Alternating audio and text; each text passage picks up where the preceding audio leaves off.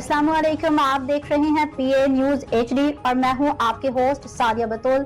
शामिल करते हैं आज की अहम खबर शामिल करते हैं। हमारे नुमाइंदे महर अवैस डिस्ट्रिक्ट चेयरमैन कसूर के मुताबिक अवाम का कोई पुरसान हाल नहीं, गरीब आदमी जाए तो कहाँ जाए। सब्जी बेचने वाला मुनीर हाकम अली अराई गरीब आदमी के साथ थाना छांगा मांगा की हदूद चौकी गंदियां के बिल्कुल नजदीक डकैती की वारदात। गरीब मजदूर सब्जी बेचने वाले मुनीर हाकम अली का रिक्शा और पैसे डाकू लेकर फरार। नामालूम FIR दर्ज होने के बाद SHO थाना छांगा मांगा आमर खान और छोटे थानेदार मुदस्सर महबूब SI ने डाकू को पकड़कर रिकवरी करके चालान कर दिया, लेकिन मुकदमे के मद्देई सब्जी बेचने वाले मोहम्मद मुनीर हाकम अली को अभी तक कुछ ना मिला। छोटा थानेदार और बड़ा थानेदार और डाकू ने मजदूर सब्जी बेचने वाले मुनीर हाकम अली का सब कुछ लूट कर मजे कर रहे हैं। सब्जी बेचने वाले मजदूर मोहम्मद मुनीर हाकम अली को IG पंजाब और वज़ीर आला पंजाब से इंसाफ की अपील।